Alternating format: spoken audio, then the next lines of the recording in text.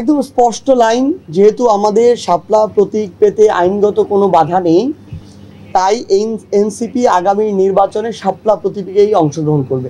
আমাদের এই ন্যায়সঙ্গত অধিকারটা আমাদেরকে না দেয়, এনসিপিকে শাপলা প্রতীক না দেয়, আমরা মনে করি এই নির্বাচন কমিশন আগামী নির্বাচন কমিশন হিসেবে কাজ করার সম্পূর্ণ আস্থা হারিয়ে ফেলে।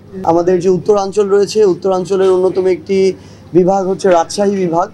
রাজশাহী বিভাগের 4টি জেলায় আমরা এই 2 দিনে সফর করব। আজকে আমরা শুরু করেছি আমাদের নাটোর জেলা দিয়ে, ঐতিহ্যবাহী নাটোর জেলা, বনলতা সেনের নাটোর জেলা।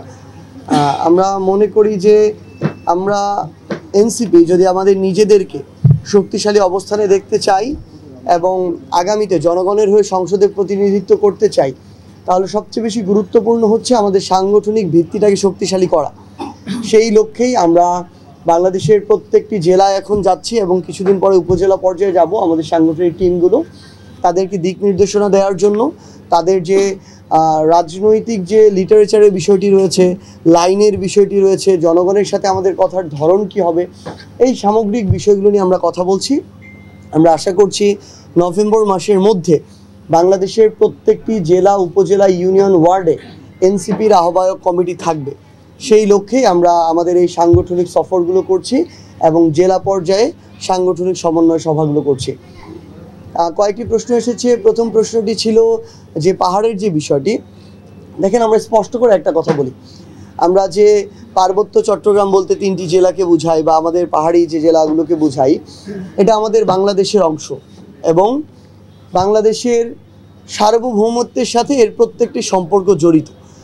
আমরা বাংলাদেশের সার্বভৌমত্বের সাথে কোনো ধরনের বিন্দু মাত্র আপোষ করার আমাদের সুযোগ নাই। যারা এর বিরুদ্ধে ষড়যন্ত্র করবে, দেশের ভিতরে বসে থেকে হোক, দেশের বাইরে বসে থেকে হোক, তাদেরকে বাংলাদেশের সরকার বলি, প্রশাসন বলি, আইন শৃঙ্খলা রক্ষাকারী বাহিনী বলি, কিংবা সেখানে দায়িত্বশীল যারা আছেন সেনাবাহিনী থেকে শুরু করে, এই ষড়যন্ত্রকারীদের বিরুদ্ধে অবশ্যই তাদেরকে সর্বোচ্চ কঠোর ব্যবস্থা নিতে হবে।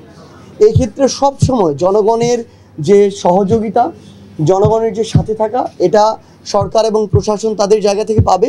এবং আমরা স্পষ্টভাবে এটাও মনে করি যে অন্যান্য যে রাজনৈতিক দলগুলো রয়েছে তাদেরও এক্ষেত্রে সর্বোচ্চ সহযোগিতা থাকবে। আমাদের জায়গা থেকে আমরা দেখেছি বাংলাদেশের বিভিন্ন জেলা দিয়ে ভারত পুশিং করার চেষ্টা করেছে। আমরা দেখেছি ভারতের মিডিয়া যেগুলো রয়েছে সেগুলো এক একটা প্রোপাগান্ডা মিডিয়া হিসেবে নিজেকে হাজির করেছে, শুধুমাত্র প্রোপাগান্ডা ছড়ানোর জন্য, টিআরপি পাওয়ার জন্য নিজেদের ওই মিডিয়া নামক প্রতিষ্ঠানগুলোর দেউলিয়াত্বের প্রমাণ দিয়েছে। আমরা মনে করি যে আমাদের জনগণকে, রাজনৈতিক দলকে, সরকারকে ঐক্যবদ্ধভাবে এই সকল প্রোপাগান্ডা এবং অপচেষ্টাকে প্রতিহত করতে হবে। আপনারা প্রতীকের বিষয়ে বলেছেন, এই বিষয়টা নিয়ে আমরা বারবার কথা বলেছি আমাদের জায়গা থেকে। একদম স্পষ্ট লাইন, যেহেতু আমাদের শাপলা প্রতীক পেতে আইনগত কোনো বাধা নেই, তাই এনসিপি আগামী নির্বাচনে শাপলা প্রতীকেই অংশগ্রহণ করবে, অন্য কোনো অপশন নাই।